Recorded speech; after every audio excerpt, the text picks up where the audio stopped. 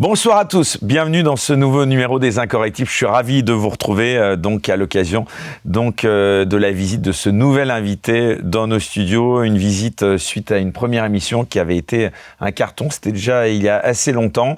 Et en tout cas, je suis ravi de le recevoir à l'occasion de la parution de son dernier ouvrage, donc qui, je pense, va être de nouveau un best-seller puisqu'il s'intitule « Il n'y a pas d'apocalypse climatique, modèles, mesures et prévisions, se délivrer de l'éco-anxiété ». Voilà pour le programme, donc un livre qui paraît aux éditions L'Artilleur et son auteur est donc avec nous une nouvelle fois ce dimanche soir. François Gervais, bonsoir. Bonsoir, merci de votre invitation. Merci de l'avoir accepté à nouveau. Et puis alors, je suis d'autant plus heureux de vous recevoir que vous avez quand même une particularité, cher François Gervais, puisque vous faites partie des rares auteurs qui, quand on les reçoit à la radio, suscitent une mise en garde de l'Arcom. Je crois que c'était chez mon ami André Berkoff sur Sud Radio. C'est bien ça. Donc, c'est quand même une sacrée décoration. Comment vous l'aviez pris, J'ai l'impression que, par la dérision, j'irais même jusqu'à dire que c'est grotesque. Alors quand même, moi, ce qui m'interpelle quand même, c'est que je me demande quelle légitimité quand même l'Arcom a pour quand même se permettre de juger des compétences d'un physicien, accessoirement essayiste comme vous. J'imagine que tous les membres de l'Arcom ont tous un doctorat en quelque chose. Non, je me trompe ? Je sais pas, mais en tout cas, c'est quand même assez édifiant. Ça vous amuse donc ? Oui. Mais alors, là où c'est quand même un petit peu moins drôle, c'est que vous êtes aussi tricard, si je peux me permettre, sur la radio France Inter, radio de service public, donc qui est financée par nos impôts. Tout à fait. Donc là, ça pose quand même d'autres questions. Là, cette censure, car c'est le mot qui convient, sur tous les médias payés par nos impôts, alors que je suis un contribuable au même titre que les autres, et je ne vois pas pourquoi il y aurait cet ostracisme de la part des médias payés par nos impôts. C'est tout de même invraisemblable. Que je sache, on n'est pas en dictature normalement en France. Parfois, on se demande. Ouais. Non, mais c'est vrai que c'est édifiant. Bon, en tout cas, chez nous, sur, en tout cas, cette plateforme YouTube, c'est un petit peu plus compliqué. Enfin, ça va sans doute bientôt faire l'objet d'une loi, mais en tout cas, jusqu'à maintenant, il y a d'autres moyens de pression, parce qu'ils en ont quand même, mais en tout cas, c'est un peu plus compliqué pour l'Arcom d'intervenir. Et puis en plus, nous, on est diffusé aussi sur une autre plateforme aux États-Unis, donc qui s'appelle Player. Mais en tout cas, voilà, c'était quand même, je pense, important de le souligner. Alors, on va passer un long moment ensemble, donc merci encore de nous accorder ce moment ce dimanche soir. Donc, on va évidemment passer en revue en détail votre dernier ouvrage, mais on va commencer par justement le début de votre livre qui parle de dette publique et de politique énergétique. Qu'est-ce qui est pour vous le lien que vous faites entre crise budgétaire et planification écologique, François Gervais ? Alors, selon mon collègue et ami Rémi Prudhomme, qui est professeur des universités... exactement dans votre livre. Voilà, professeur des universités émérite et économiste, donc je me fie aux chiffres qu'il annonce. Le minimum minimorum, c'est que la décarbonation de la France, puisque c'est ce dont il s'agit, coûte à peu près 40 milliards par an. Il y a eu le rapport Pisani-Ferry-Mahfouz qui disait qu'il faudrait le porter à 66 milliards par an. Mais là, je lisais ce matin un texte que j'ai reçu de Rémi Prudhomme, justement, qui disait qu'en termes de PIB, production intérieure brute, si on continue comme ça d'ici 2030, il y aura une baisse de PIB de la France de le montant correspondrait, selon lui, à 360 milliards. Ce sont des chiffres absolument énormes. Et la question, en termes de coût-bénéfice, pourquoi ? Pourquoi ? Si on reprend, je vais être politiquement correct, pour faire plaisir à l'Arcom, si on reprend les chiffres du dernier rapport AR6 du GIEC, le groupe intergouvernemental sur l'économie du climat, sur l'évolution du climat.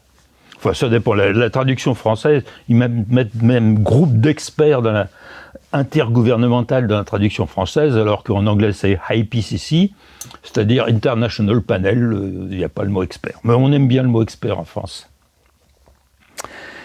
Donc, si on lit le résumé à l'intention des décideurs de ce dernier rapport, il y a une petite formule qui est toute simple. Chaque 1000 milliards de tonnes de CO2 envoyées dans l'atmosphère réchaufferait, alors il y a une barre d'incertitude, la Terre de 0,45 degrés. Chaque 1000 milliards de tonnes de CO2 envoyées dans l'atmosphère. Alors sur ce qu'on envoie dans l'atmosphère, il n'y en a que 44% qui y restent. Le reste profitant, et ça c'est important de le souligner, profitant en particulier à la végétation, et donc aux plantes nutritives, et donc aux récoltes et à tout cela. Bon. Donc 44% restent dans l'atmosphère, et le résultat de tout ça, c'est qu'effectivement, ça provoque un réchauffement, mais compte tenu du fait que la France n'est responsable que de 0,7% des émissions de CO2 mondiales, 0,7% pour la France. Si on fait un petit calcul très rapide, la France contribue à réchauffer la planète de 0, attention il y a beaucoup de zéros derrière, 0,00056 degrés par an. Autrement dit, à ce rythme-là, pour réchauffer la planète de 1 degré, il faudrait 18 000 ans. À ce rythme-là. Contribution de la France. Et donc, on va mettre en rapport cette contribution infime, qui n'est même pas mesurable. C'est trop petit pour être mesurable. Hein, c'est 56 millionièmes de degrés par an, c'est trop faible. On ne peut pas le mesurer. Et le coût, donc, selon la façon dont on le calcule, entre 40 et 350 milliards d'euros par an. C'est délirant. Alors justement, moi j'ai une autre question à vous poser suite à ce que vous venez de dire. Justement, comment vous expliquez que cette option de Rémi Prud'homme, elle soit si peu débattue aujourd'hui dans les médias et l'espace public ?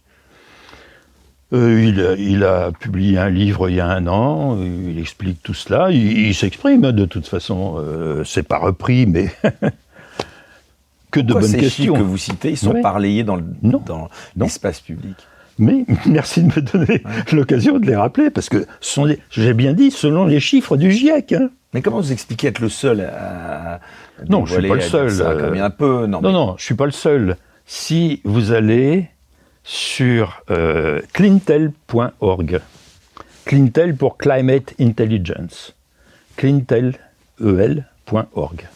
vous verrez que nous sommes 2000 scientifiques de tout pays à tenir à peu près ce même langage. Donc je ne suis pas tout seul, très loin de là. En tout cas, dans les médias, on ne les entend pas beaucoup. C'est clair. Vous expliquez donc que la France pourrait économiser des milliards donc, en abandonnant cette planification écologique. Et pourquoi, selon vous, nos dirigeants s'obstinent-ils à dépenser et à dépenser encore et encore dans ce domaine ? Oui, dépenser et dépenser, c'est le mot juste. On en est à 3300 milliards de dettes. Et vous vous rendez compte, la dette, ça suppose de payer les intérêts de la dette. Les intérêts de la dette, si on les prend au niveau de 2,5%, ce qui doit être le cas actuellement, 2,5% multiplié par 3300 milliards, ça fait 80 milliards d'euros par an qui s'envolent pour rien.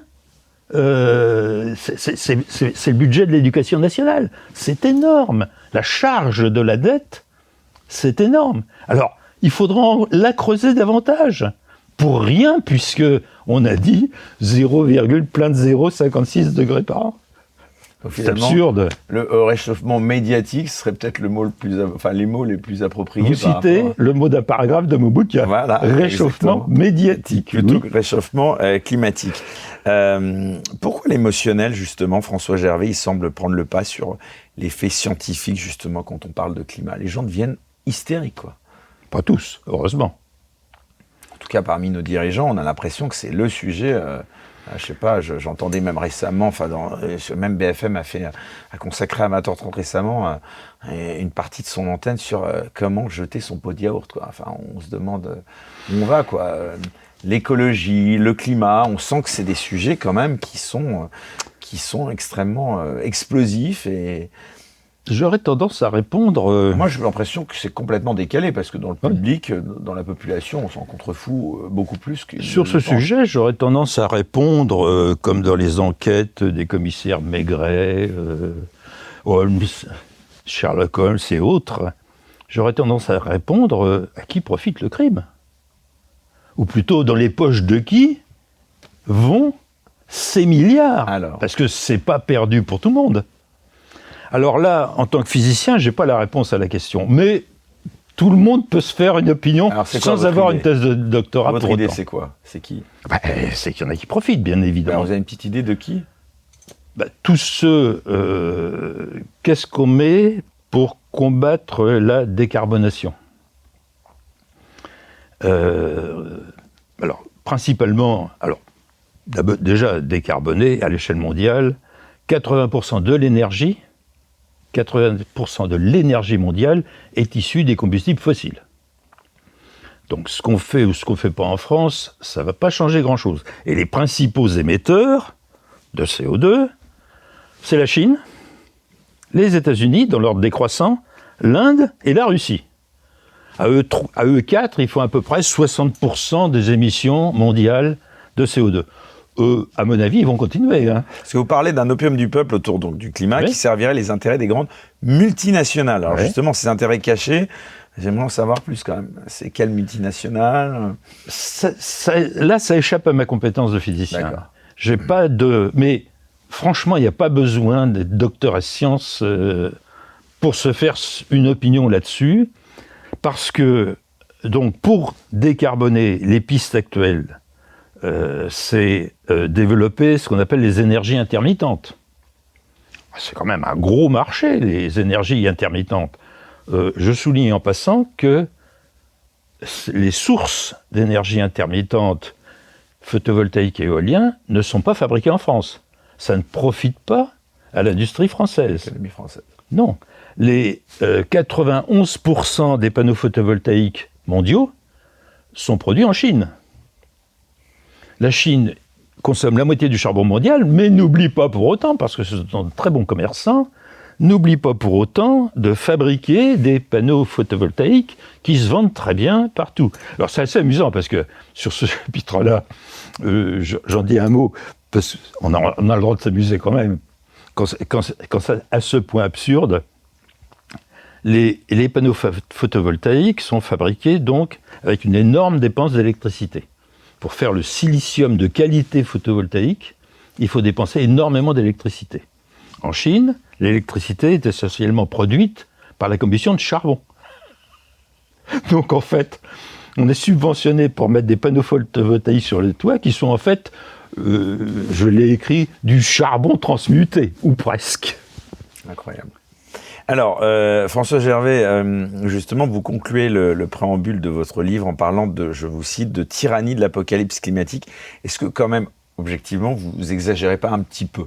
J'ai vraiment le sentiment que c'est une tyrannie. Ouais.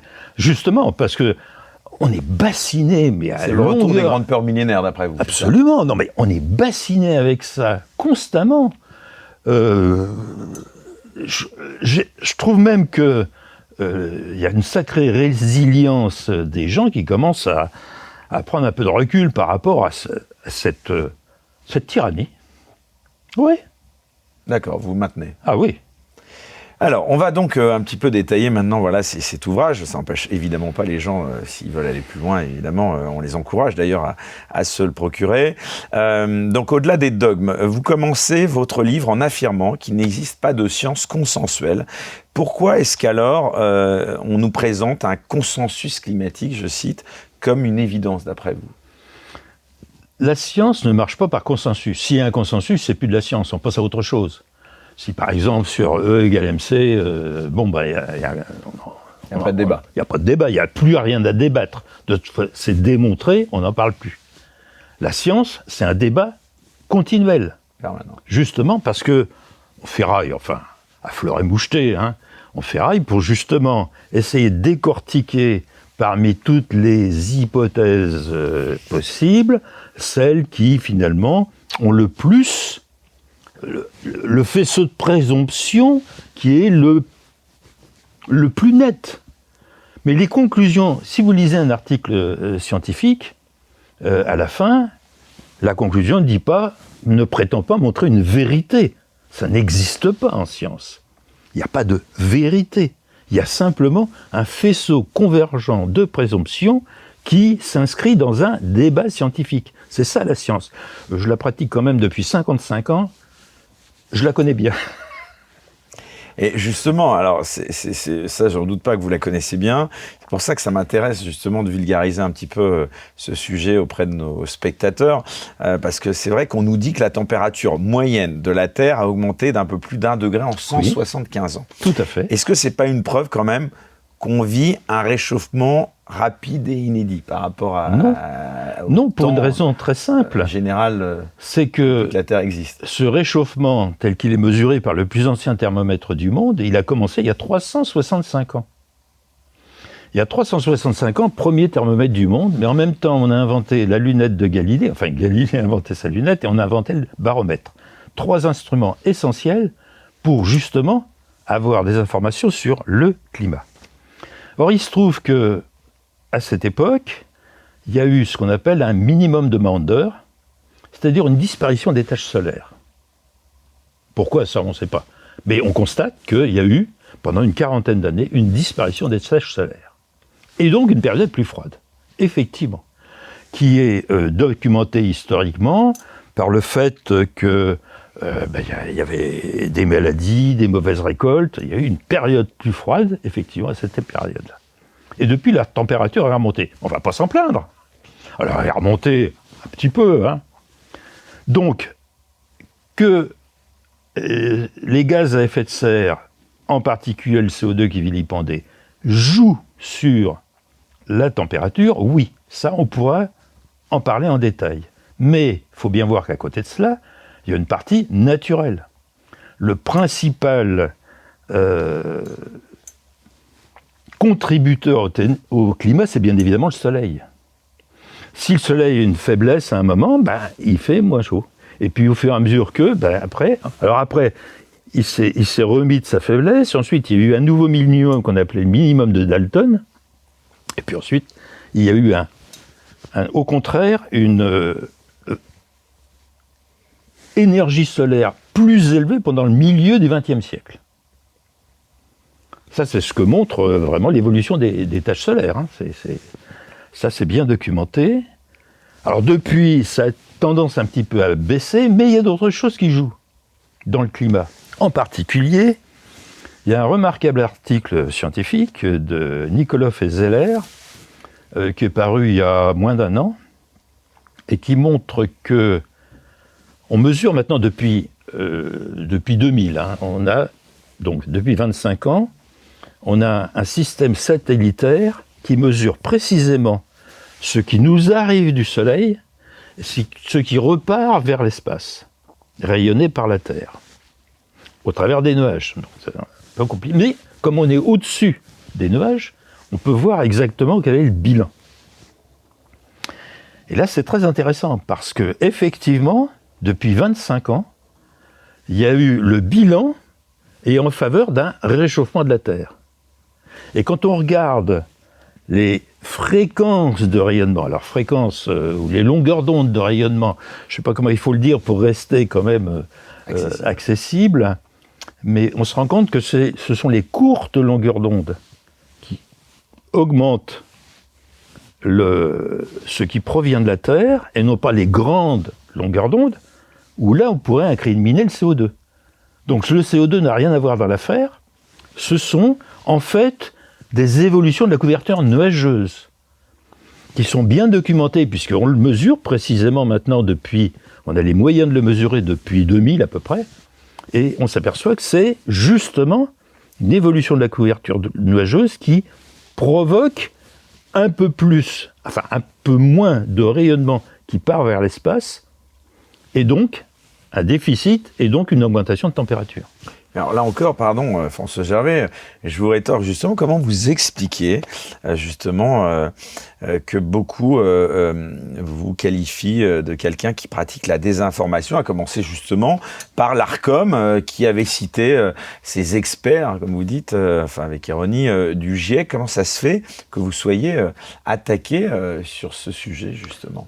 Dans le livre, vous allez trouver 300 références, dont beaucoup à des publication dans des revues scientifiques à comité de lecture. Je ne dis pas les choses à la légère. Vous critiquez beaucoup l'ONU et l'Union européenne qui veulent, selon vous, euthanasier, c'est votre mot, l'économie fossile d'ici 2050. C'est ça. Décarboner, c'est ça. C'est euthanasier le volet énergétique de l'économie. Et je répète qu'à l'heure actuelle, ça c'est un fait, 80% de l'énergie est produite par des ressources fossiles. Mais enlever cette contribution-là, d'abord, c'est pas possible. C'est quoi les conséquences d'un tel plan, justement ? Ça ne pourra pas se faire, de toute façon. La question ne se pose pas, ça ne pourra pas se faire. Parce que, d'une part, les principaux émetteurs que j'ai cités, Chine, États-Unis, Inde et Russie, eux, continueront. Donc, ce qu'on fait ou ce qu'on ne fait pas dans l'Union européenne, par exemple, qui ne représente que 8% des émissions mondiales, ça ne changera rien. Est-ce qu'on peut dire, vous me dites si je me trompe, alors moi évidemment j'ai envie de rapprocher ça du sujet évidemment polémique politique qui nous évidemment concerne au premier chef tous les jours, est-ce qu'on peut dire aujourd'hui d'après vous que le climat est la nouvelle cause de gauche aujourd'hui ? Si on compare aux États-Unis, c'est clair. C'est clair. J'ai pas besoin de... Être climato-sceptique, c'est être de droite finalement aujourd'hui. Oui, on peut dire ça, oui. On peut dire ça, je ne me trompe pas. Attention. Il y a quand même de superbes exceptions. Je rappelle que mon collègue Vincent Courtillot, membre de l'Académie des sciences, a été directeur de la recherche dans le ministère de la Recherche sous le gouvernement Jospin. C'est peut-être pas aussi, il faut quand même nuancer. Alors vous en pensez quoi de ce terme climato-sceptique ? C'est intéressant. Absurde. Parce que tout scientifique est sceptique, par définition. S'il n'est pas sceptique, il faut qu'il change de métier. Le terme est et d'ailleurs, ça a fait râler des gens comme Jean Jouzel, d'ailleurs, qui disaient « Mais non, mais il faut arrêter de les appeler climato-sceptiques. » Le scientifique est sceptique par définition. Donc, c'est une évidence. Vous affirmez que le CO2 n'est pas le facteur principal du climat. Vous expliquez ? C'est une contribution, mais ça n'est pas le facteur principal.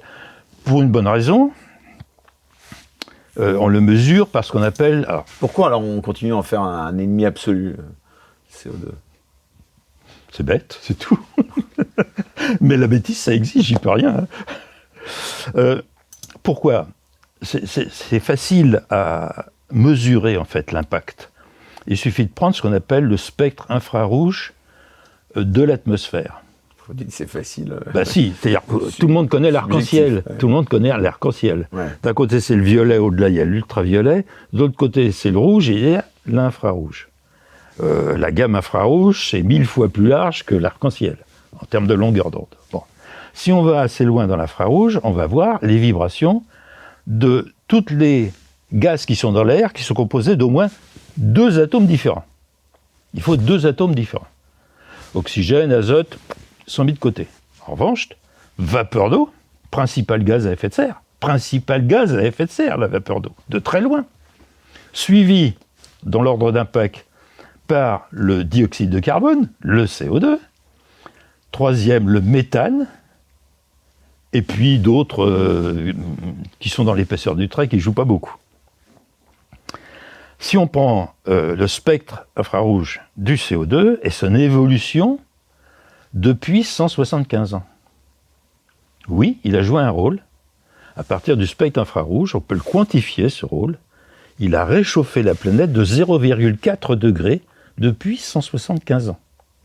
Attention, depuis 175 ans, il n'y a pas que du CO2 d'origine combustion des ressources fossiles.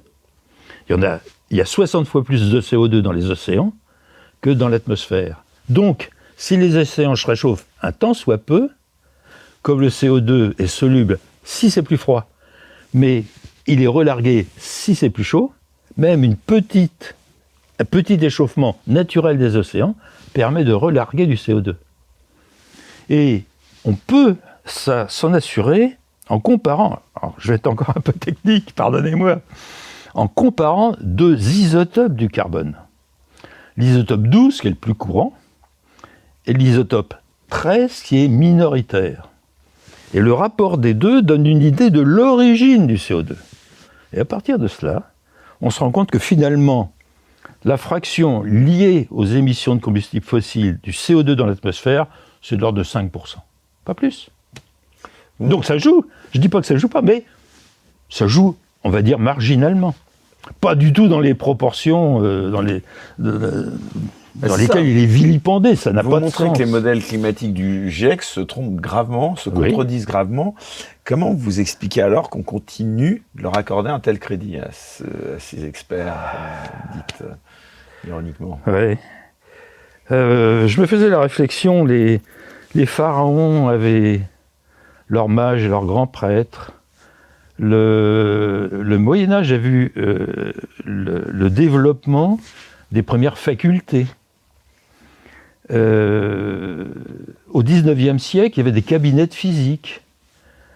L'émergence de la fin du XIXe siècle qui me frappe, c'est le rôle de ce qu'on appelle les experts. Les experts. Mais bon sang.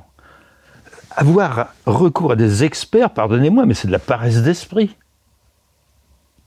Chacun doit avoir un bagage suffisant pour pouvoir se forger sa propre opinion à partir des connaissances et d'un tri éventuellement des connaissances qu'il peut y avoir à faire. Vous dites que la projection de ces modèles, les projections de ces modèles sont souvent alarmistes. Est-ce que en même temps, là je me fais un peu l'avocat du diable, mais vous avez raison. Est-ce qu'il ne faudrait pas justement quand même souligner que c'est quand même parfois un peu mieux de prévenir que guérir? Donc est-ce qu'on ne peut pas considérer que finalement c'est pas si mal? Non mais c'est surtout, non seulement ils ne sont pas d'accord entre eux, puisqu'il y a 500% d'écart entre celui qui donne la projection la plus élevée et celui qui donne la plus basse, mais c'est surtout que tous sont au-dessus des observations, faites depuis 175 ans. Est-ce que vous êtes d'accord avec vous-même? Est-ce que vous doutez jamais de ce que vous dites? Est-ce que vous me dites vous-même que le propre d'un scientifique, c'est de douter? Donc vous émettez aussi, vous aussi, des hypothèses. Donc est-ce qu'on ne peut pas considérer que finalement, d'avoir ce débat scientifique, s'il pouvait avoir lieu, ce qui est de plus en plus compliqué, est-ce que c'est pas sain? Certainement. Certainement. Ils ne sont pas tous débiles entre nous quand même, François Jarret. Je travaille sur le sujet. Ceux qui ne sont pas d'accord avec vous, ils ne sont pas tous stupides, non? Alors, si. Je réponds en deux fois. Ouais. Première fois, j'ai commencé à me plonger dans le sujet, parce qu'avant je croyais comme tout le monde ce que disait le GIEC. Et puis, quand j'ai pris officiellement ma retraite, il y a maintenant 13 ans, j'ai retrouvé des espaces de liberté, même si j'ai continué à travailler et à publier avec mes collègues au laboratoire. Moi, j'ai retrouvé quand même du temps. Et j'ai lu le rapport AR4 du GIEC. Je croyais ce qu'on me disait à ce moment-là. Puis, j'ai eu une surprise quand même. N'y figurait pas le spectre infrarouge du CO2 atmosphérique, qui est quand même la base qui permet quand même d'évaluer l'impact. Bon, alors j'ai candidaté pour être expert reviewer du rapport suivant, AR5, puis expert, et j'ai continué avec le AR6, à chaque fois, j'étais accrédité expert reviewer, il suffit de montrer qu'on a une production scientifique qui peut correspondre sur certains des aspects, donc pas de difficulté. Et donc, à chaque fois, pour chaque rapport, on a 2 rapports à faire, le rapport sur le first order draft, le premier brouillon, et un rapport sur le 2e brouillon avant la version finale qui est publiée. Et dans mes 2 rapports pour le R5 et mes 2 rapports pour le R6, à chaque fois, je leur ai recommandé de montrer le spectre infrarouge du CO2 atmosphérique et de le discuter. Ils ne l'ont pas fait. Ben c'est ça qui est dingue, parce que justement... Ils n'ont pas fait. En effet, vous démontrez dans ce livre de manière brillante, justement, que les augmentations de CO2, j'essaye de traduire de langage, on va dire un peu plus grand public, que donc les augmentations de CO2 ne correspondent pas directement aux hausses de température, hein, c'est bien ça que vous démontrez. Donc, d'après vous, le GIEC, il n'en a pas conscience de ça? Je pense que c'est un organe plus politique que scientifique. Voilà, c'est à cette conclusion que je voulais vous amener. Alors après, on peut débattre sur la politique, effectivement. Donc c'est pas de la science, le GIEC, finalement. Il y a des aspects, attention, il y a des aspects scientifiques qui sont très bien faits et que j'utilise, c'est tout ce qui correspond aux observations. Et justement, les observations concernant ils ne l'ont pas mis. Bon, mais il y a d'autres observations qui sont très intéressantes. En revanche, vous l'avez compris, je suis assez Plus sceptique. réticent sur le rôle des modèles de climat. D'abord parce qu'on voit bien, ils ne sont pas du tout d'accord entre eux. Donc on prend lequel, hein? Quand il y a 500% d'écart entre celui qui donne le plus chaud et le plus froid, on prend lequel? La modélisation climatique, il y a tellement de paramètres que c'est un petit peu, j'allais dire, comme une bonne soupe. La soupe aura le goût des ingrédients et de la proportion des ingrédients qu'on aura mis. C'est un peu ça.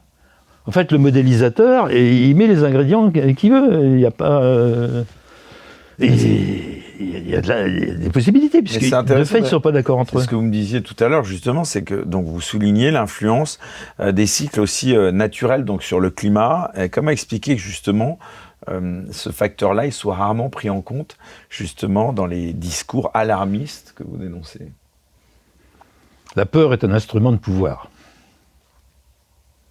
On l'a vu, ça, avec la période Covid, d'ailleurs, dont on parlait avec Pierre Chaillot. Donc, je pense que c'est la meilleure réponse. Alors, justement, il y a un autre terme. Alors, on a parlé climato-sceptique à un moment donné. J'aimerais qu'on parle de cet autre terme aussi incroyable qui va vous faire réagir, je pense, le dérèglement climatique. Donc, une terminologie trompeuse. Comme vous dites, vous citez l'expression, donc, cette expression dérèglement climatique, et donc, vous expliquez qu'il n'y a jamais eu de règlement du climat. Pourquoi est-ce que, d'après vous, donc François Gervais, on utilise ce terme de dérèglement climatique? Au début, il n'y a pas eu de règlement, c'est vrai que c'est compliqué. Ouais. Au début, on disait réchauffement climatique. Et puis, comme ça se réchauffe pas tant que ça, surtout ces derniers temps... Donc on a évolué, c'est ça. Ouais. Après, on a dit changement climatique. Changement climatique, c'est pas faux. Le climat change comme il a toujours changé, plus ou moins. Quand on lit Olivier Postel-Vinet et toute l'histoire, finalement... qui remonte dans ce qu'il fait il y a plusieurs dizaines de milliers d'années, avant Socrate, comme il dit, on s'aperçoit qu'il y a des périodes qui étaient plus chaudes, qui étaient plus froides, et ça a joué sur les pérégrinations de Sapiens. Bien sûr. Et puis alors maintenant, il y a dérèglement climatique. Comme changement quel terme climatique serait préférable pour vous, finalement? Il y a un terme qu'il faut employer quand même. Il y a quelque chose qui se passe au niveau du climat. Changement climatique, ça, pourquoi pas le climat change comme il a toujours changé, oui, pourquoi pas. Vous expliquez donc le climat, il a toujours changé. Bien sûr. C'est quoi les preuves, on va dire, historiques de ces variations naturelles? Les glaciers alpins, par exemple.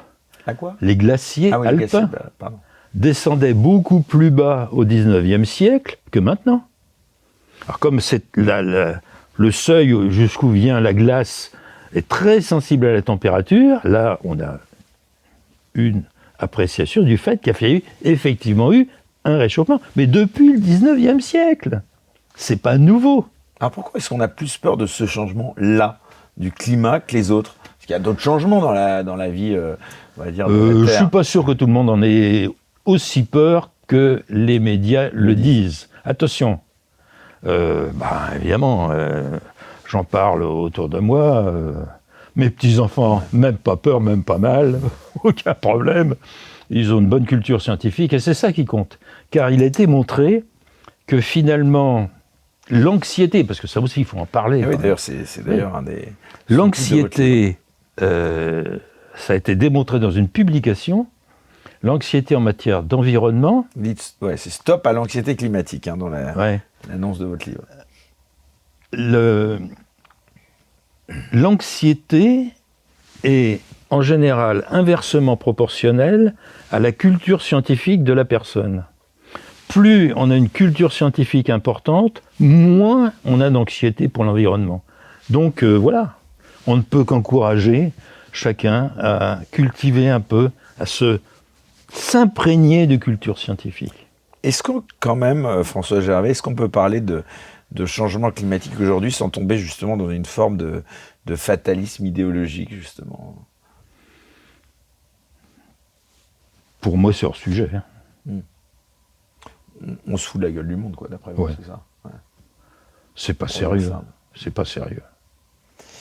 Alors, justement, vous évoquez dans ce livre aussi l'impact exagéré du méthane, donc des bovins, parce que on l'a souvent entendu, ça. D'où vient cette obsession contre l'élevage, donc là, qu'on peut aborder? Alors, là encore, Le méthane des bovins, pour la faire courte, c'est quand une vache se soulage, quoi. non, c'est l'éructation. C'est pas que... Non. Oui, je pensais à autre chose. C'est le rot des vaches, attention. Pardon, c'est le rodéva, pardon. Moi, je pensais au P des vaches. Oui, Pardon, excusez-moi. On voit ça, mais non, mais je précise, c'est le rot des vaches qui émet du méthane. Il n'y a pas que les vaches. Il y a 2 milliards de bovins sur Terre et 1 milliard d'ovins. Et eux aussi, ils éructent du méthane. Bovins et ovins. Donc 3 milliards sur Terre. Là encore, ce qu'on fera en France ou ce qu'on ne fera pas, ça ne changera rien. Car bien évidemment, les bovins, c'est principalement en Asie, en Amérique du Sud. Hein. C'est là qu'il y a les plus gros cheptels. Ce qu'on fera ou ce qu'on ne fera pas en France, c'est dérisoire à côté. Tout à l'heure, je reviens un instant parce que j'ai oublié de vous poser la question. Vous parliez de la fonte des glaciers alpins, justement. On parle souvent de cette fonte comme quelque chose de catastrophique. Qu'est-ce qu'ils disent les chiffres aujourd'hui sur ça, sur la fonte de ces, de ces glaces catastrophiques, soi-disant? Alors, il y a une publication encore très intéressante. Pardonnez-moi, je fais toujours référence à des publications scientifiques, mais une qui est très intéressante, qui est parue il y a seulement un mois, je crois, qui montre que, par des mesures satellites, sur l'ensemble de la Terre, du réchauffement, il n'est pas uniforme partout. Et effectivement... Pour quelle raison, c'est pas... On ne sait pas. Mais il n'est pas uniforme partout. Il y a des endroits de la Terre qui se réchauffent davantage et d'autres qui se refroidissent, au contraire. Là, donc on parle d'une température moyenne. Bon. C'est intéressant, parce que peut-être que c'est un endroit où il y a peut-être plus d'activité. Exactement. Il se trouve que la France se trouve dans un coin où ça s'est réchauffé plus que la moyenne. Pourquoi? On ne sait pas. Régime des vents, couverture nuageuse, il y a plusieurs possibilités. Mais il n'y a pas a priori à partir du moment où on parle du régime des vents, c'est chaotique, au sens physique du terme. Donc c'est un peu imprévisible. Donc, et comme c'est les vents qui transportent les nuages, là on est dans un ensemble intrinsèquement chaotique qui donc est imprévisible. Mais ça peut jouer bien sûr, puisque ça joue. On a constaté qu'il y a certains endroits sur Terre qui se sont réchauffés davantage que la moyenne, et d'autres, au contraire, qui se sont refroidis par rapport à la moyenne. Et la France fait partie des endroits où, effectivement, ça s'est réchauffé un peu plus que la moyenne. Alors justement, en parlant de la France, on revient donc au sujet qu'on commençait à aborder, nos éleveurs, justement. Pourquoi est-ce qu'on ne défend pas plus nos éleveurs, qui sont pourtant déjà en difficulté, d'après vous? Exactement. Derrière la lutte contre la viande, est-ce qu'on ne cache pas une idéologie plus large, anti-occidentale et décroissante, finalement? Alors déjà, si on reprend... je vais encore faire un petit peu de physique, mais je pense que vous m'invitez pour ça. C'est passionnant, justement, et puis on aborde rarement ces sujets. Bon, si on compare la charge électrique portée par le carbone dans la molécule de CO2 par rapport à la charge électrique négative portée par l'oxygène dans la molécule de CO2. Et on compare au méthane. Donc c'est la charge du carbone par rapport à la charge électrique portée par l'hydrogène. L'écart entre ces charges est plus faible dans le méthane que dans le CO2. Et comme c'est cet écart de charge qui va se coupler au rayonnement électromagnétique pour donner ce qu'on appelle improprement l'effet de serre, parce qu'il n'y a pas de paroi au-dessus de nos têtes, donc c'est pas un effet de serre au sens propre, on l'appelle comme ça, pourquoi pas, mais quand même, c'est une terminologie impropre. On sait qu'il a appelé comme ça au début. Ça remonte à Arrhenius, je pense, oui. D'accord, mais pour vous, c'est une terminologie impropre de dire gaz à effet de serre. Oui, mais enfin bon, c'est l'usage. Si on veut être compris, on veut utiliser le terme. Et donc, intrinsèquement, le méthane, par unité de molécule, comparé au CO2, réchauffe 5 fois moins que le CO2. 5 fois moins par molécule. Donc, c'est complètement ridicule de vilipender le méthane. Alors déjà, le CO2 est vilipendé, mais dire le méthane, c'est pire. Non, c'est moins. Le méthane, c'est moins. Alors, malgré tout, on voit des articles. Le méthane est un puissant gaz à effet de serre. Alors, d'où ça vient, ça? Ça, c'est encore une entourloupe du GIEC. J'explique. Tous les gaz à effet de serre, en fonction de leur proportion, suivent une loi qu'on appelle logarithmique. C'est-à-dire, au début, c'est petit, puis ça monte, puis ça sature pas, mais ça remonte lentement après. Loi logarithmique, ça a peut-être des souvenirs pour ceux qui s'en souviennent à l'école, le logarithme, bon, loi logarithmique. Si on prend la dérivée, alors peut-être qu'il y en a aussi qui se souviennent ce que c'est qu'une dérivée. Ça remonte loin, mais... La dérivée d'une loi logarithmique, c'est une loi qu'on appelle hyperbolique, qui part de très haut et qui descend très vite. C'est l'inverse. Il y en a une qui fait ça, l'autre qui descend très vite. Donc effectivement, quand la concentration est très faible, la dérivée est très élevée. C'est pour ça que ça fait dire que c'est un gaz qui a un potentiel de réchauffement. Oui, mais il n'est pas puissant pour autant, puisque c'est quand il a une très faible concentration que la dérivée est très élevée. Et très vite, ça chute. Donc il ne peut pas devenir puissant. Il ne peut que décroître. Donc ça, c'est encore une entourloupe qu'on met en avant pour vilipender l'élevage. C'est une honte, scientifiquement.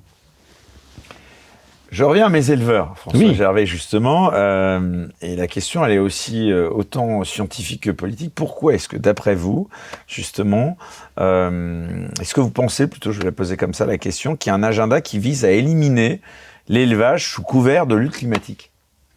Oh oui, manifestement. Ah, vous puisque pensez ça la Cour des comptes a rappelé qu'il faut diminuer. Ah oui, non, politiquement, c'est vrai. Tout à fait.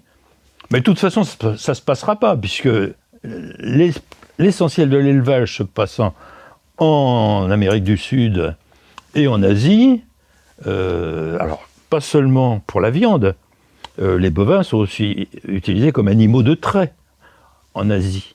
Donc, c'est pour ça qu'il y a beaucoup de bovins en Asie, mais de toute façon, ce qu'on fait ou ce qu'on ne fait pas, ça ne changera strictement rien. Je rappelle que les gaz, même s'ils sont à effet de serre, ne s'arrêtent pas aux frontières, comme le nuage de Tchernobyl. Non, ils se distribuent de manière à peu près égale partout dans l'atmosphère de la Terre.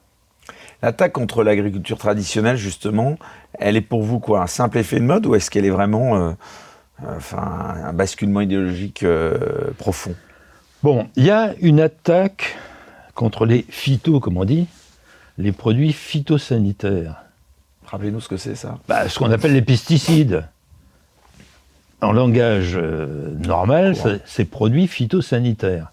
Je vais citer Jean de Kervasdoué, qui a quand même été... Rappelez-nous de qui il s'agit.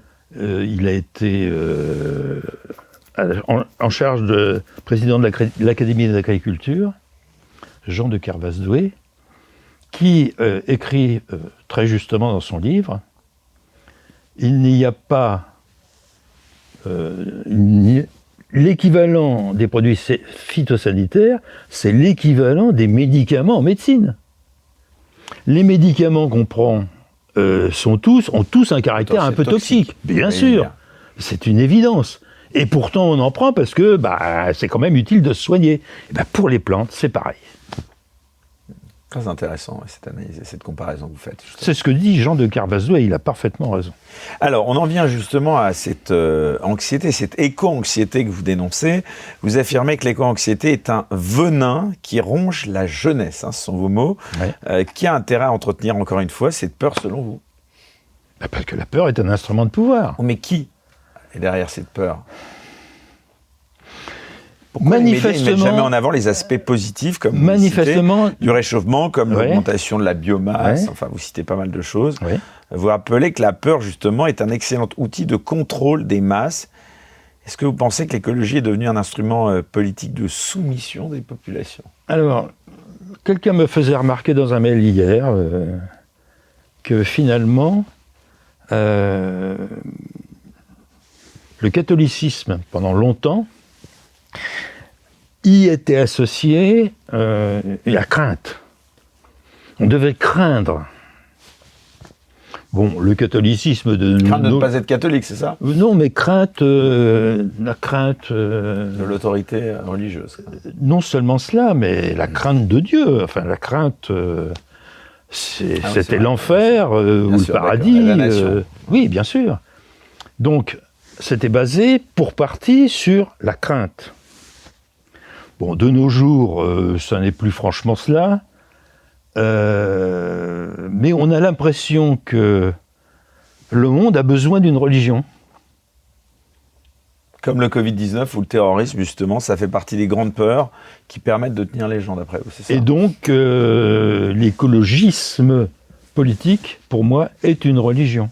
Ah bah ça c'est intéressant. Comment on est arrivé justement, et là vous avez parfaitement raison, enfin c'est passionnant ce que vous dites en effet, comment on en est arrivé selon vous à faire de l'écologie une nouvelle forme de religion, avec justement ces dogmes, avec ces conflits, c'est incroyable quoi. Ce qui est amusant, enfin je m'amuse un peu de tout, mais il vaut mieux s'en amuser que... Hein, on va pas se suicider pour cela. Alors l'écologie qui est souvent verte, c'était Jean-Marie Le Pen, pardon, de le citer, qui disait qu'il est souvent vert à l'extérieur et rouge à l'intérieur. Faut distinguer l'écologie des villes et l'écologie des champs. Ceux qui vivent à la campagne, vous n'allez pas trouver ce genre d'écologisme. Non, eux ils vivent. Sandrine Rousseau. Ils vivent vraiment près de la nature, ils savent de quoi il s'agit, ils savent de quoi ils parlent. Pas d'études du GIEC. Ce sont l'écologie des villes, l'écologisme des villes qui prétend imposer... Qui donne le tempo. Voilà. C'est fou, hein? Ouais. Ça, c'est vraiment intéressant ce que vous dites. Justement, par rapport à ce schisme, en effet, qu'il y a entre la ville et les campagnes, on va dire. On nous dit que la France doit montrer l'exemple. Justement, là, j'en viens maintenant à réduire ses émissions de CO2. En réduisant ses émissions, et vous dites donc ce que vous me disiez en introduction, que nos petits 0,9% des émissions mondiales, finalement, ne changent rien, quoi, c'est ça? 0,7%. 0,7%, ah, oui. C'est ça. Ça ne change rien. Bah, ça ne change rien, non? C'est l'épaisseur du trait, hein. C'est quand même fou de ne pas rappeler, comme vous le disiez, que la Chine, l'Inde, ils construisent des centrales à charbon pendant que nous, on saborde notre industrie, quoi. C'est ça. Et puis les États-Unis, maintenant, ils vont repartir à fond là-dedans. Hein. Avec Trump, ça va changer ça. Évident. Il s'est retiré des accords de Paris, déjà. Ça, vous applaudissez, vous? Non, mais je vote pas aux États-Unis. Non, mais bon, si vous étiez américain... Je constate, il a été élu président... Nous, ça va être plus compliqué de se retirer de nos propres accords. Mais c'est vrai que ce serait plutôt peut-être pas mal, d'après vous. Ça serait instructif. Ouais. On nous explique pourtant que la France doit faire sa part. C'est quoi justement sa part quand d'autres polluent justement 10 fois plus sans rien changer? Parce que c'est vrai, moi je sais pas, enfin en tête, j'ai pas votre connaissance, mais je pense à l'Inde, je pense à la Chine, enfin je pense que là-bas... il se pose moins de questions, quoi. Hein. Vous avez utilisé le terme polluer. Le CO2 n'est pas un polluant. Il existe des polluants dans l'atmosphère, beaucoup moins qu'il y en avait.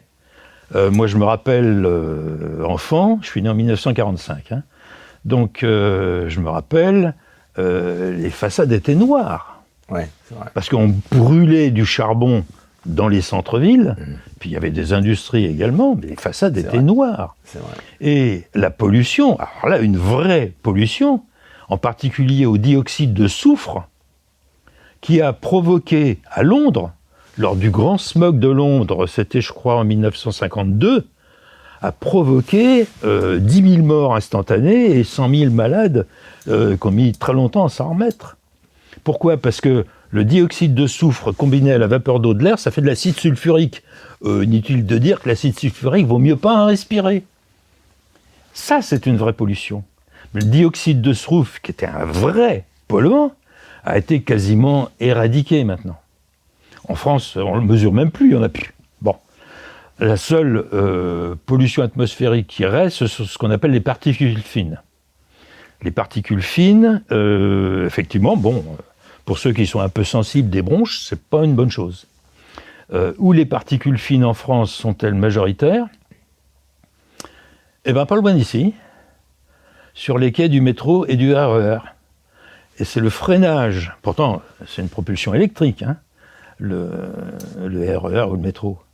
Mais le freinage émet des particules fines, et c'est là que la concentration en France est la plus élevée sur les quais souterrains du métro et du RER. Incroyable, d'accord. Et ça, on ne le dit pas. Hein. Et on ne dit pas d'ailleurs, on ne souligne pas beaucoup comme vous le faites, pourtant, que la France est pourtant exemplaire dans quelques domaines, je pense notamment au nucléaire. Pourquoi est-ce qu'on veut absolument nous faire culpabiliser alors que justement, on est notamment dans ce secteur-là l'un des meilleurs élèves au monde, quoi? Bien, on souligne souvent que l'Union européenne, c'est formidable, on est tous d'accord, on est tous bien gentils, mais non. Il y a des différences, ne serait-ce qu'entre la France et l'Allemagne. L'Allemagne a banni le nucléaire et il en veut à la France de développer le nucléaire. Donc, il y a une vraie friction. Et on a raison, d'après vous. Ah ben, bien sûr. Si je vous suis bien... Enfin, pour la partie... Attention, il ne faut pas oublier que le nucléaire ne sert qu'à faire de l'électricité. Et l'électricité, ça n'est qu'un quart de l'énergie totale. Attention, on ne va pas tout faire uniquement avec du nucléaire. Dans le monde, on disait tout à l'heure, les énergies fossiles, c'est 80% de l'énergie actuelle. Le nucléaire, c'est 4% de l'énergie. Pas de l'électricité, de l'énergie. Pour une partie électrique, bien évidemment. Mais il est devancé par une énergie renouvelable, celle-là, c'est l'hydroélectricité, qui représente 6% de l'énergie.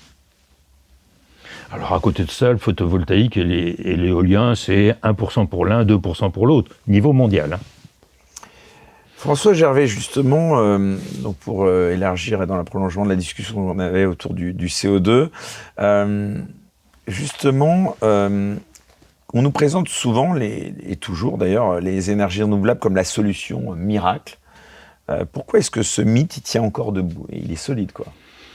Bon, si vous allez discuter, si vous invitez un spécialiste de l'énergie électrique, vraisemblablement qu'il vous répondra que tant que c'est qu'un petit pourcentage, on arrive à avoir un réseau électrique qui fonctionne. Mais si on augmentait exagérément ce pourcentage, le réseau ne peut plus fonctionner. Il y a trop de variabilité qui est incompatible avec la stabilité d'un réseau électrique. Mais inviter un spécialiste de ça, il en parlera mieux que moi. À vous entendre, tout ça ressemble plus à une énorme bulle financière, hein, tous ces sujets, ces débats qu'on a, qu'à une vraie transition écologique. C'est vraiment ça le fond du problème? Oui. Ouais. Ce que vous dénoncez. Oui, bah, c'est pas pour rien que certains milliardaires s'engouffrent là-dedans, parce que, évidemment. Vous dites que la transition énergétique ne repose sur rien de sérieux, c'est-à-dire qu'on nous vend une illusion à prix d'or, quoi. C'est ça, de manière générale. Oui. Alors, entendons-nous, parce que il est évident qu'il y aura un terme aux combustibles fossiles. Justement, parce qu'on va les chercher là où ils sont, mais arrivera un moment où il n'y en aura plus. Du moins au rythme d'extraction actuel.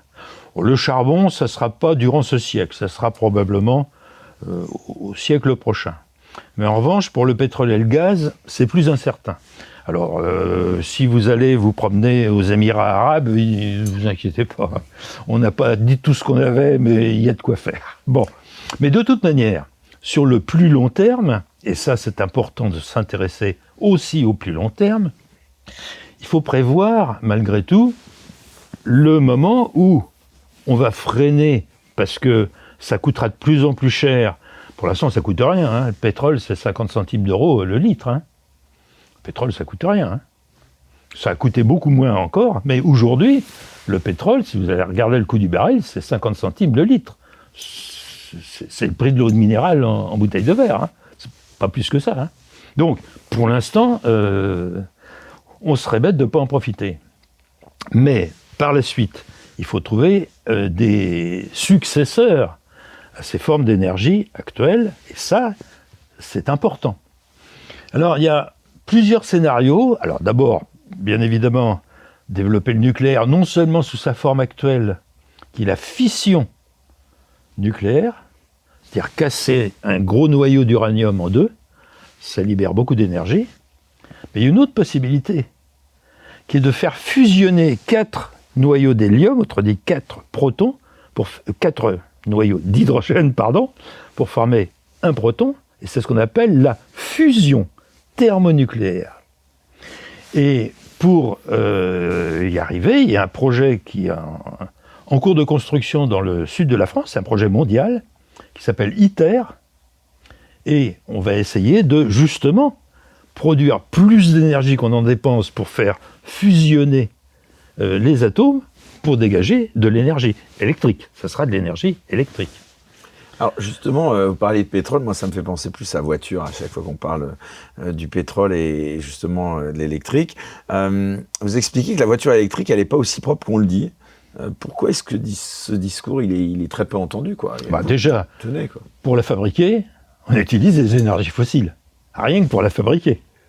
Hein, c'est inévitable à l'heure actuelle, puisque c'est essentiellement ça. Donc, pour fabriquer la voiture, on utilise de l'énergie fossile.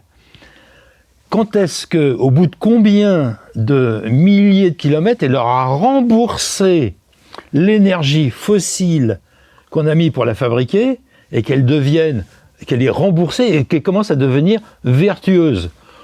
Si on fait le calcul actuellement, c'est 100 000 km. Hein. Alors, il faut déjà, entre-temps, les batteries ne font pas forcément 100 000 km. Il aura fallu changer la batterie et ainsi de suite. C'est pas si simple. Hein. Entre les batteries, donc l'extraction des métaux rares et le recyclage électrique, finalement, c'est finalement très loin d'être neutre pour l'environnement, quoi, quand on vous entend. Pour l'instant, je dis, quand une voiture électrique démarre, elle a déjà une dette au terme de combustible fossile. Bon, ça c'est la première chose. Alors, tout dépend après de la vie qu'elle va avoir.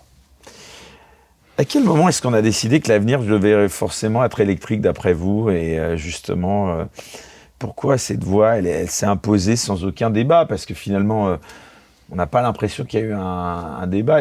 On avait plutôt l'impression qu'il y avait un consensus, justement. Pardon que vous remettez en cause ici, mais... c'est pas possible, de toute façon. On ne peut pas y arriver. Techniquement... On peut avoir un débat ou... Non. Ça, on peut avoir un débat, bien sûr. Mais sur ces sujets-là, c'est compliqué. Hein. Que toutes les véhicules deviennent électriques, c'est techniquement impossible. Pourquoi? Du moins à court terme. Parce qu'on n'aura pas les ressources nécessaires, tout simplement. Vous imaginez que dans une batterie, lithium-ion, il faut du lithium. Le lithium, on va le chercher, par exemple, en Amérique du Sud ou au Tibet. Les Chinois exploitent les ressources en lithium du Tibet, c'est pour ça qu'ils sont des gros producteurs aussi de batteries. Mais pour extraire 1 tonne de lithium, il faut dépenser 2 millions de litres d'eau. C'est écologique, ça? Question. Tout à l'heure, vous me parliez des milliardaires oui. qui s'engouffrent dans tous ces sujets. Hein. C'est vrai que c'est un peu surprenant qu'on entende ou qu'on voit ça et là beaucoup de gens qui tout d'un coup décident de... Je vise personne en particulier, mais je pense que les gens feront le lien. Des gens qui n'étaient pas du tout dans ce secteur et puis qui d'un coup investissent ils ont peut-être du nez. Hein. Non, mais c'est surtout qu'ils voient... Alors, en l'occurrence, sur les batteries électriques, pour l'instant, ça n'a pas fait la fortune... C'est vrai. D'un certain Vincent Bolloré, je crois que... Allez, on va le... Elon Musk. Ouais. Alors lui, pour le coup, un peu plus de succès quand même. Ouais. Non, effectivement... Ah si, Elon Musk, Elon Musk, autant pour Vincent Bolloré, ça n'a pas été couronné de succès, autant pour Elon Musk, Tesla... oui, tout à fait. Mais justement, je cite Elon Musk dans le sens où lui, ça lui réussit bien. Vous pensez que les autres essayent d'imiter Elon Musk? Il faut voir les problèmes d'échelle aussi. La première voiture électrique en France, je crois que c'était la Zoé. Elle n'a pas eu un succès fou. Elle a duré longtemps, ouais. Pourquoi? Parce qu'elle était très lourde. Une voiture électrique est automatiquement plus lourde qu'une voiture à moteur thermique, qu'on sait faire maintenant beaucoup plus légère. Donc, plus lourde, ça veut dire que les pneus frottent davantage sur le bitume, donc émettent des particules fines, au freinage, bien sûr. Donc, tout ça fait que, les gens sont pas idiots. il se rend compte d'un certain nombre de choses, il compare. Ils ont raison. Et au niveau de la sécurité, ça pose aussi peut-être, bon, pas vraiment de sujet pour l'électrique, mais par exemple, moi, récemment, là, j'ai pris un VTC qui était, alors je ne savais pas, une voiture à hydrogène. Enfin, Oui. Et là, j'ai cru comprendre que, finalement, enfin, j'ai l'impression que j'étais assis sur une bombe. potentielle bombe. Ah oui, oui, tout à fait. C'est ça, hein? Ah ben absolument. Si vous vous souvenez de la catastrophe du dirigeable Hindenburg, qui était gonflé à l'hydrogène, son premier vol, il s'est crashé à l'arrivée et ça a été un brasier général. L'hydrogène, c'est une bombe. Alors, non seulement cela, mais l'hydrogène, pour faire de l'hydrogène propre, vert, comme ils disent, il faut l'extraire de l'eau par catalyse. Par électrolyse, pardon. Électrolyse de l'eau, qui consomme énormément d'énergie. Donc, in fine... Finalement, ce qu'on gagne là... ça consomme énormément d'énergie de faire l'électrolyse de l'eau. Mais là, effectivement, on a de l'hydrogène propre qui vient de l'eau. Hein. Mais comme pour reformer de l'eau, parce que c'est ça, dans une voiture à hydrogène, avec l'oxygène de l'air, il reforme de l'eau. Simplement, le coût pour le séparer par rapport au coût pour refaire de l'eau, et un facteur 10 entre les deux. C'est quoi le but à terme, que ce soit pour l'électrique que vous dénoncez, pour l'hydrogène? C'est d'en finir quoi, par exemple, avec la voiture individuelle? C'est peut-être ça, la question sous-jacente? Nous obliger à faire du vélo, peut-être. Ouais. Vous savez, j'ai pas de problème avec ça. Toute mon enfance... Attention. Non, mais vélo avec la force des mollets. Toute mon enfance, je suis allé à l'école... ça me fait cracher du CO2. En vélo, exactement. Alors, ça va être compliqué. Le sport, durant une vie, espérance moyenne de vie, on émet à peu près 25 tonnes de CO2 par notre expiration. Sans parler d'héros. En principe... C'est anecdotique, mais bon, faut le souligner. Non, alors vous me dites si je me trompe, donc pour vous résumer, en tout cas sur cette partie-là, à vous écouter, la transition énergétique, comme on l'appelle, c'est avant tout un marché, Bien et sûr. pas une nécessité climatique, hein, c'est ça. Et j'aimerais encore une fois, pardon d'être un peu têtu, mais j'ai toujours pas compris qui profitait réellement de cette mutation forcée, d'après vous. C'est quoi? Alors, elle est forcée, mais on voit bien qu'il y a des réticences. L'Union européenne, qui voulait bannir les véhicules à moteur thermique en 2035, on voit bien que ça ne va pas se faire, hein, parce que c'est pas possible, tout simplement. Et puis, il y a des réticences, ça ne marchera pas. Donc, ils sont en train de faire un rétropédalage là-dessus, ils n'ont pas le choix. Qu'est-ce que vous répondez à ceux qui disent justement que la voiture électrique aussi, peut-être elle va forcément devenir plus, on va dire, plus propre avec le temps? C'est faux, ça aussi? Alors, sur la voiture électrique, le CO2 donc n'est pas un polluant, mais dans le pot d'échappement, il y a quand même 2-3 autres choses qu'en principe le pot catalytique évite d'envoyer dans l'atmosphère, mais quand même, il en a, même les toutes plus récentes, selon les normes européennes, mettent pas beaucoup, mais c'est pas zéro. Hein. De toute façon, il y a toujours une pollution. Alors, les centres-villes, les zones à faible émission, les ZFE en centre-ville, on n'a pas le droit d'aller si on n'a pas une voiture électrique, en clair. Je me pose la question, alors j'ai pas la réponse, mais je pose quand même la question. Un moteur thermique qu'on fait rouler à 30 à l'heure, à mon avis, pollue plus que s'il est calibré pour rouler à une vitesse un peu plus élevée. Donc c'est pas une bonne idée. Enfin, je suis pas sûr de ce que je dis, mais je crois que, enfin, faudrait vraiment se plonger dans les caractéristiques des tout derniers moteurs, et puis des anciens, parce qu'après tout, il y a des gens qui n'ont pas changé de voiture depuis un certain temps et qui en ont besoin, hein, pour malgré tout aller à un rendez-vous chez le médecin ou autre chose. Donc c'est un vrai problème de les interdire. Pour parler et pour revenir à cette obsession climatique que vous dénoncez, vous affirmez donc que cette focalisation sur le climat, elle fait oublier d'autres vrais enjeux environnementaux. Quels sont ces enjeux qu'on devrait, selon vous, François Gervais, prioriser? L'enjeu, principal. les enjeux... Parce qu'il y en a pour vous quand même. Bien sûr. Les enjeux prioritaires, mais ça je crois que tout le monde en conviendra, c'est la santé, l'éducation. Ça, ce sont vraiment des enjeux prioritaires. Et accessoirement, la recherche, qui est un petit peu à l'origine d'une bonne éducation scientifique, du moins. Donc ça, ce sont des choses prioritaires, oui. L'eau, la biodiversité, les pollutions chimiques, justement. Est-ce qu'on parle pas, est-ce qu'on parle suffisamment, justement, de ces sujets qui ont un impact direct, justement, sur les populations? Sur la biodiversité, j'ai pas encore bien compris ce que c'était. Alors j'ai interrogé mes collègues et j'ai lu un excellent bouquin de Christian Lévesque, Le double visage de la biodiversité. Bon, je me suis renseigné, très intéressant. Et on lui fait dire un peu tout et n'importe quoi, hein. Voir tout et son contraire, d'après ce que j'ai lu dans ce bouquin. C'est pas ma spécialité. Donc, vous l'inviterez, Christian Lévesque. Je retiens le nom. Vous parlez d'un discours climatique justement monolithique qui empêche tout débat. Mais alors, comment est-ce qu'on peut encore s'exprimer librement justement sur ces sujets? Parce que c'est très compliqué.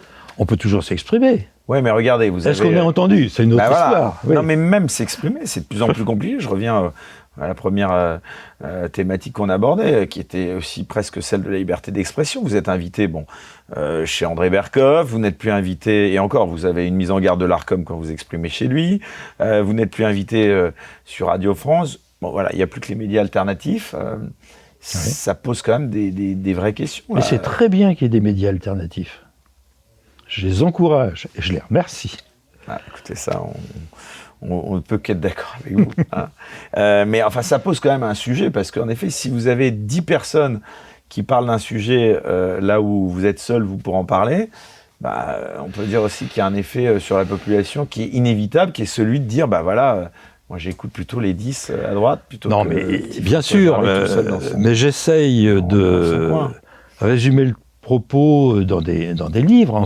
Ces dernières années, j'ai publié un livre par an. Donc, ce sont des best-sellers à chaque fois. Donc, ça veut dire que... Il y a un intérêt, ça veut dire qu'il y a un intérêt. Ça veut dire qu'il y a un intérêt. Et comme ce sont quand même des choses... Il n'y a pas une vraie... Ouais, pardon, allez-y. Comme ce sont des choses un peu complexes, un livre, c'est bien pour expliquer point par point, avec toutes les références qui vont avec, où chacun peut vérifier d'où provient le propos, etc. C'est bien le livre pour ça.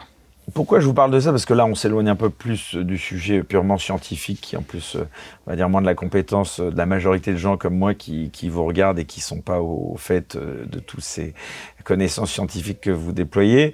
Est-ce qu'il n'y a pas une vraie, et ça c'est un sujet vraiment qui m'interpelle moi, une vraie intimidation au sein justement de votre communauté, du milieu scientifique, pour justement imposer le récit dominant? Et ça, c'est intéressant parce que, je vous dis, j'avais Pierre Chaillot récemment sur ce même plateau, qui me disait, en gros, c'est qu'aujourd'hui, comme pour le Covid, pour d'autres sujets éminemment, on va dire, polémiques, il y a une vérité, et puis dès qu'on a le malheur de déroger ou qu'on remet en question la vérité, on va dire, scientifique établie par la majorité, alors là, on se fait taper dessus, quoi.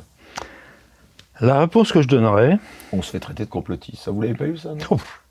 Je sais pas compris ce que ça voulait dire. Extrême droite, vous l'avez eu, sans doute, je suppose, non? Oui, mais... Ouais.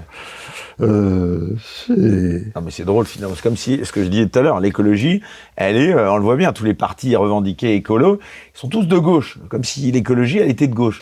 Donc, j'ai envie de dire, vous, dans votre domaine... Marine Tondelier est dans le NFE, effectivement. De ce point de vue-là... Sur les compétences, on va dire, cette scientifiques... écologie-là, que j'appelle plutôt de l'écologisme, oui, elle est là. C'est ça.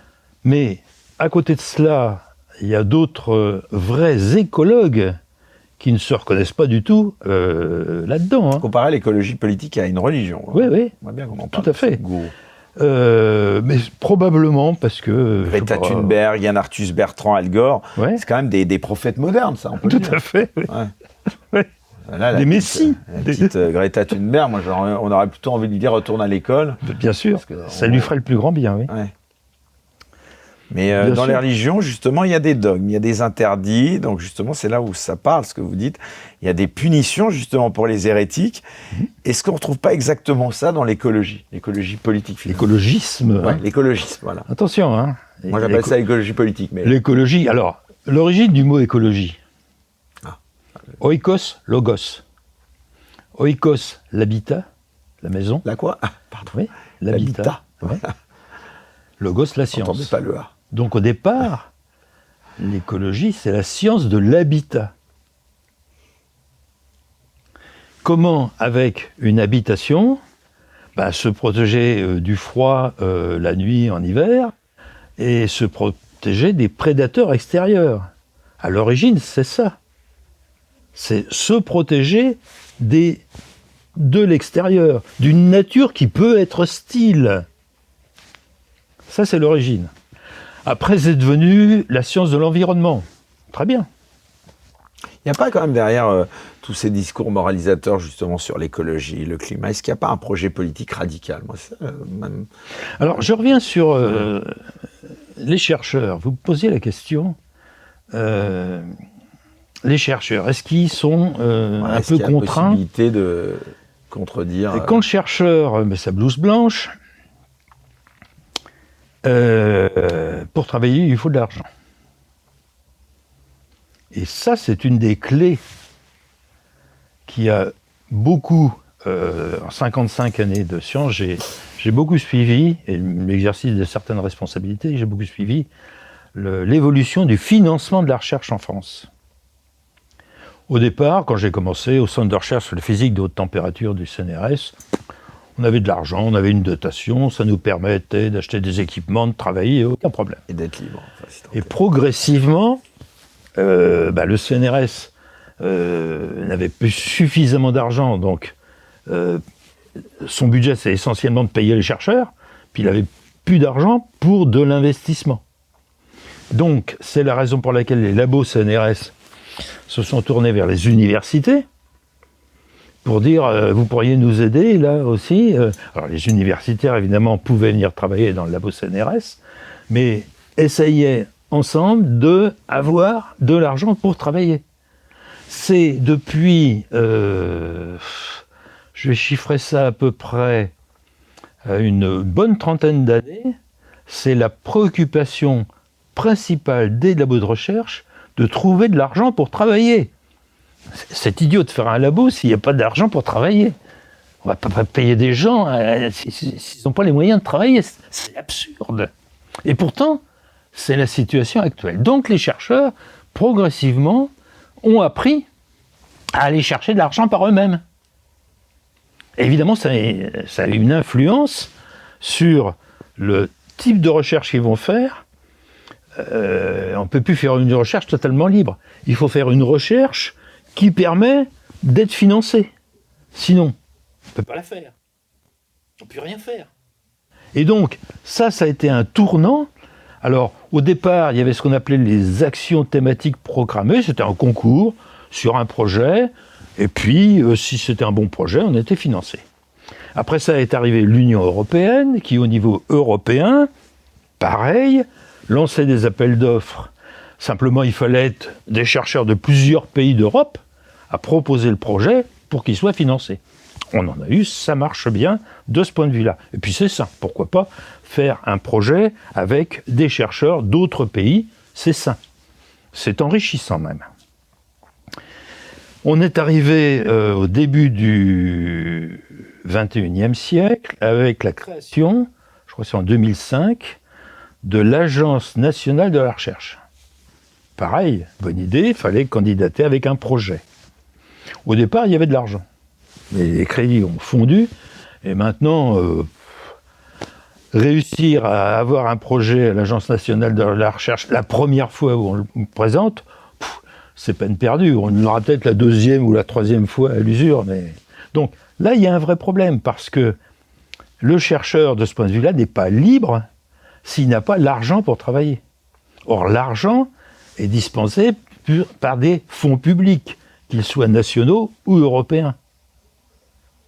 Et donc, il y a une contrainte automatiquement.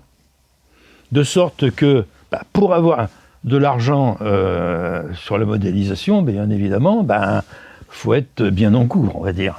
On ne peut pas leur reprocher, sinon ils ne peuvent pas travailler. On ne peut pas leur reprocher, mes collègues.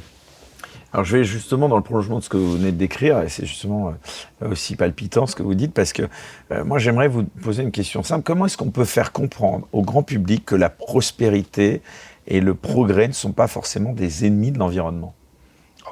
Ils ne le sont pas, tout simplement. Oui, mais on a du mal parfois à le faire comprendre ça. Non, mais c'est une conception... On entend les écolos, il faut arrêter le nucléaire, il faut tout arrêter, quoi. Non, là encore, c'est une conception écologiste de milieu urbain. C'est pas la réalité de l'environnement. Alors, je pose la question, qu'est-ce qu'il faut faire justement ? Si demain on arrêtait toutes les politiques de décarbonation, est-ce que ça changerait quelque chose ? Qu'est-ce que ça changerait au niveau du climat, par exemple ? Rien. Ah oui, d'accord. La décarbonation en France, rien. Parce que c'est peanuts. Donc ça changerait absolument rien. Rien. Bon, ça déjà, c'est dit. Ça, c'est...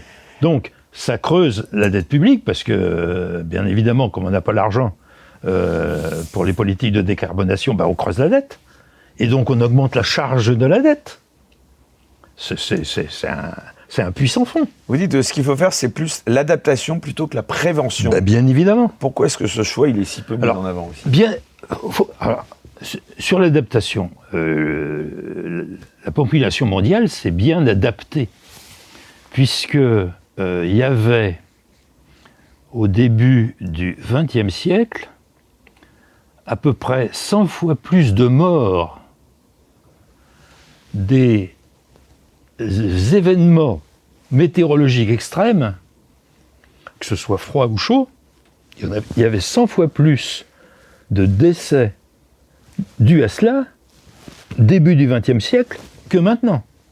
Donc, on s'est bien adapté malgré tout. Alors que la population mondiale, dans le même temps, a été multipliée par 4. Donc, c'est vraiment... il y a eu une véritable adaptation. C'est sûr que quand on voit à Mayotte des baraques en tôle ondulée, un vent fort va les souffler. Pour adapter, évidemment, il faut avoir des constructions qui savent résister aux intempéries quand elles sont extrêmes. Au Japon, de la même façon, ils sont très fréquemment sujets à des tremblements de terre. Il y en a encore eu un cette semaine. Ils ont su s'adapter. Ils ont des constructions qui sont adaptées à cela. En bordure de mer, ils créent des murs pour éviter les trop grosses vagues lors des tsunamis. Tout ça, c'est une adaptation qu'ils font et qu'il faut faire dans ces cas-là. On a l'impression, quand on vous entend, que le pragmatisme et le bon sens sont définitivement morts dans le débat. J'espère que non. Si, un petit peu quand même. Quand on vous entend, on a l'impression que sur le débat, en tout cas sur l'écologie, le bon sens et le pragmatisme, il n'y a pas beaucoup de place pour ça. Hein. Je me trompe ? C'est peut-être un problème encore de décideurs qui restent dans des centres-villes et qui ne vont pas. C'est ce que dit le Premier ministre actuel. Il faut aller... Vous dites qu'il faut remettre l'homme au centre des politiques écologiques. Oui, mais pas en ville, ailleurs. C'est pas la ville qui doit décider de ce qui doit se faire à la campagne. Et malgré tout, la campagne, c'est utile de la rappeler, c'est elle qui nous nourrit. Hein ? Les producteurs, les éleveurs, les agriculteurs, c'est eux qui nous nourrissent. C'est important. Il faut leur laisser, il faut leur donner en particulier une rémunération de ce qu'ils produisent qui leur permette de vivre décemment. Finalement, c'est indispensable. Est-ce que finalement, sur le climat, la meilleure réponse, justement, ce ne serait pas de simplement d'arrêter de paniquer et de s'adapter, justement, on va dire, intelligemment, quoi. Je vais citer Georges Pompidou, qui avait dit « Foutez la paix aux Français. Il y a trop de normes, trop de règles, trop de... Arrêtez tout ça, foutez-leur la paix. » Georges Pompidou. Une petite anecdote, justement, l'idée d'un refroidissement climatique futur, c'est une idée qui est souvent moquée. Est-ce que l'histoire climatique, pourtant, montre que c'est plausible, hein, si je regarde un petit peu. Est-ce que ce sujet, d'abord, pourquoi ce sujet il est encore tabou? Quelle est la vérité scientifique par rapport à ça? Il y a des possibilités de refroidissement climatique. Donc ça, c'est pas du complotisme. Ah c'est non, vraiment non. prouvé, Il y a des possibilités. Argumenté. Absolument. La première, la plus connue, c'est ce qu'on appelle les cycles de Milankovitch. La Terre qui a une inclinaison. L'inclinaison de la Terre sur son orbite varie à une échelle de plusieurs centaines de milliers d'années, mais elle varie. Et lorsque elle reçoit moins de soleil à cause de son inclinaison, il y a une période froide, et lorsque l'inclinaison change, il y a une période chaude. La dernière période chaude, on est dans une période chaude en ce moment, elle a commencé il y a 15 000 ans. C'est pas vieux. La période chaude a commencé il y a 15 000 ans. On a gagné 8 degrés d'un coup par rapport à la période froide. Et donc, tout ce qui était glace, neige a fondu, et cette fonte a fait monter le niveau des océans de 120 mètres. Il y a 15 000 ans.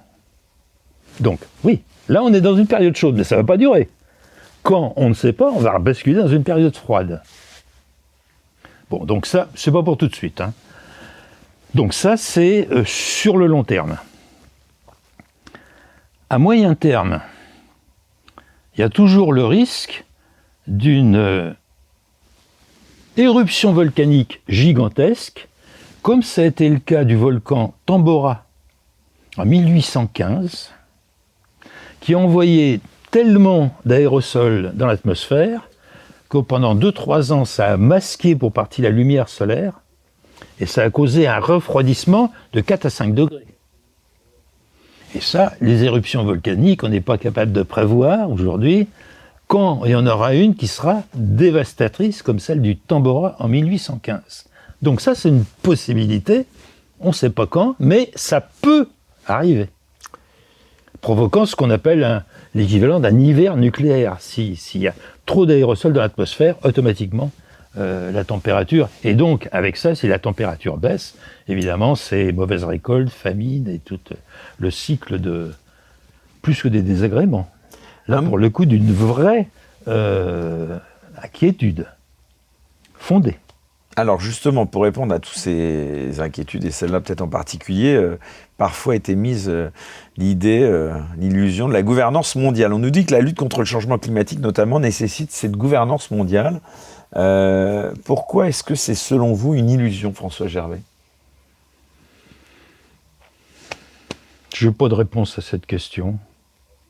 Non, je n'ai pas de réponse à cette question. L'ONU, le GIEC, la COP, toutes ces grandes messes climatiques, est-ce qu'elles ont encore réellement un impact concret? Mais ils voudraient avoir un impact, c'est complètement différent. Il est clair que l'ONU rêve d'une Qui les dirige vraiment, toutes ces institutions? C'est ça qui est peut-être là. Je ne suis pas suffisamment informé là-dessus pour pouvoir répondre. Vous expliquez que les grandes décisions climatiques sont souvent prises par des élites déconnectées des réalités locales. Pourquoi il y a ce décalage, d'après vous? Là encore, pardonnez-moi, mais je ne suis que physicien. Mais finalement, vous vous exprimez sur tous ces aspects sociétaux. C'est pas ce que j'étudie à proprement parler. Non, mais vous avez peut-être un regard. Est-ce qu'au fond, justement, tous ces sommets internationaux, est-ce qu'ils ne sont pas avant tout des lieux de consensus idéologique plutôt que des véritables si on fait sciences, si on fait allusion au COP, ça n'a rien de scientifique. Hein, c'est qui va payer et à partir de quand et combien. Voilà, c'est la seule chose qui intéresse les pays émergents qui voudraient que les Occidentaux qui ont émis du CO2 bien avant eux payent maintenant. Donc c'est des discussions de marchands de tapis pour savoir qui va payer, quand, pourquoi. Je pose la question différemment. Est-ce que finalement, aujourd'hui, on peut encore espérer un débat scientifique honnête sur toutes les questions, ou est-ce que la machine est définitivement verrouillée? Non, le débat existe en matière de publication scientifique. Voilà, ça existe encore. Ah oui, il n'y a pas de problème. Les publications scientifiques... Encore que, Pierre Chaillot, sur les publications scientifiques sur la Covid, justement, m'avait dit que ça aussi, c'était pas aussi simple. Il y avait pas mal d'erreurs monumentales. Je parle à l'échelle mondiale. Les publications qui vont un peu, que je reprends, dans le sens de... Enfin, qu'il y avait des lobbies, pas que des erreurs, pardon, je voulais dire des Oui, conflits bien sûr, il d'intérêts, peut y en avoir, mais toujours pour la même raison. Les laboratoires pouvaient commander des articles. Bien sûr, mais toujours pour la même raison, c'est que le chercheur a besoin d'argent. Et il va chercher l'argent auprès de... Et une fois qu'il a l'argent, peut-être qu'il est biaisé dans sa... non, mais il est un peu obligé de rester bien en cours. Ça, oui, c'est une réalité. Vous critiquez l'idée d'une transition énergétique imposée.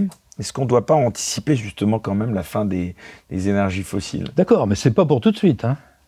Et puis de toute façon, on aura toujours... Enfin, quand vous dites c'est pas pour tout de suite, c'est quoi C'est 150 ans. Ah bah c'est pas très loin. Hein, non, c'est pas très loin. Non, mais c'est normal qu'on en parle et qu'on s'y prépare. Ça, nous sommes d'accord. Alors, il y a deux voies. On a déjà abordé le nucléaire. L'éolien, qui permet de faire le solaire, on en parle beaucoup aussi. Oui, mais ça restera peanuts parce que dans le réseau électrique, on ne peut pas en avoir plus d'une certaine proportion. Donc ça restera minoritaire de toute façon. Sinon, ça serait ingérable. Ou alors, on aurait des blackouts à répétition et ça ne serait pas drôle du tout. Hein. Alors, dans le domaine, pour prendre la suite des ressources fossiles, il y a une piste qui est, là encore, très travaillée en Chine. Décidément, ils sont sur tous les bons coups, hein, les Chinois. Mais ils sont forts, les Chinois, quand même. Ah oui. Scientifiquement, l'Académie des sciences chinoises est devenue le premier producteur de publications mondiales. Ah oui. Ah non, c'est pas petits joueurs. Ils ont vraiment un réseau de scientifiques vraiment de c'est vrai qu'il me fait penser, qualité. pardon, et même dans ce que vous dites là, vous faites penser un peu à Montagnier. Je ne sais pas quel regard vous aviez sur ce, ce scientifique. Enfin, je connais deux noms. Non, mais parce que vous êtes, ce qui est fou, c'est que même, là, pardon, c'est pas pour vous cirer les bons, mais vous êtes à la retraite depuis 13 ans, vous disiez. Oui. Comment se fait-il que des gens, finalement, se privent d'une compétence comme la vôtre Ah non, mais de toute façon, je continuerai, je suis addict. Oui, mais bon, en France, en tout cas, vous pouvez plus continuer. Sur un plan purement... Ah si, je continue à publier. Oui, mais enfin, je veux dire, vous pouvez plus, le CNRS pourrait plus vous employer, je pense que... Non, bien sûr. Juridique, non. Et aux États-Unis, enfin, il n'y a pas mal... Je continue à publier avec mes collègues. Depuis que je suis à la retraite, j'ai sorti un bon nombre de publications scientifiques. Oui, mais alors alors, excusez-moi, sauf votre respect, mais est-ce que le fait d'être à la retraite, j'ai envie de dire, vous écarte pas un petit peu?